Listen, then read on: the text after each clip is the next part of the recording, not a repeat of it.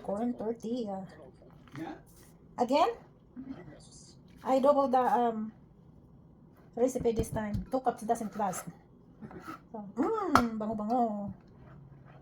Because I'm making rolled tacos for dinner. You know why? What? Rolled tacos for dinner. Oh, You know why? you saw it on. Cinco de Mayo. Oh, that's true. It's Cinco de Mayo. Pista ng Mexican. Kaya, yan ang ano nila guys. Yan ang tradition nila. So, makiki-tradition ang Pilipina. Dinobli ko ang aking recipe para matagal maubos. Madaling kainin ang corn tortilla guys. Lalo na pag masarap ang pagkaluto mo. Hot water ang gamit natin dyan. Madali lang siya gawin guys. Water and asin lang siya with corn flour.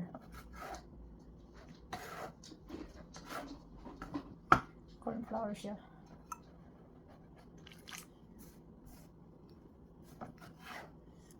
So, ayan. Ganyan lang yan siya. So, mamasahin lang natin ang ating tortilla.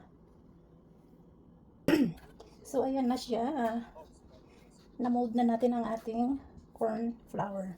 So, ayan ang texture na hinahanap natin guys. Yan. Parang ano, clay. Yan. Tapos, i-ano lang natin siya dito sa chopping board. I-relax lang natin siya. 1 hour.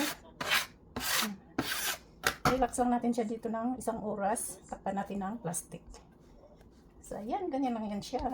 Bilogin naman natin ng maganda. Para hindi magmumukhaan. Para siyang brain. Ayusin natin. Pinisin lang natin mga excess dough. Pwede nang kulayan at ipalaro sa mga bata ng Play-Doh. Bilogin ko lang siya guys. Ayan. Bilogin lang natin siya. Dinamihan ko na ang aking recipe para matagal maubos. Mahirap gumawa. Matrabaho. Nung isang araw, ang ginawa ko ay flour. So, ayan. Takpan lang natin ang plastic.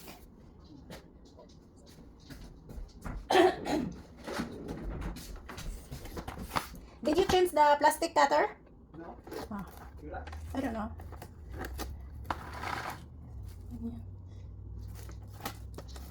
Ayan.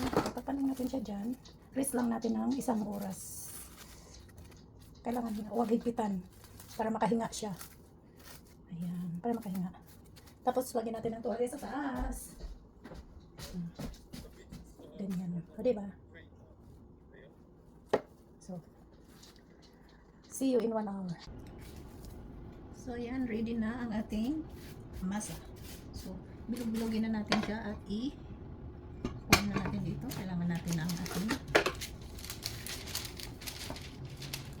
wax paper. Ilayin natin dyan. Wax paper.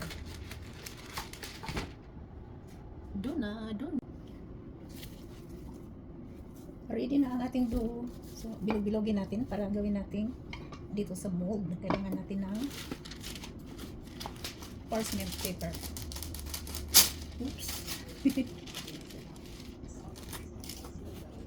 Bilogin natin siya dyan. Tapos, ayun.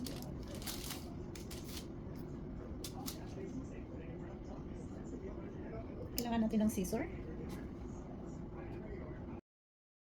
So, ayan. So, bilog-bilogin lang natin siya ng kasing laki ng golf ball.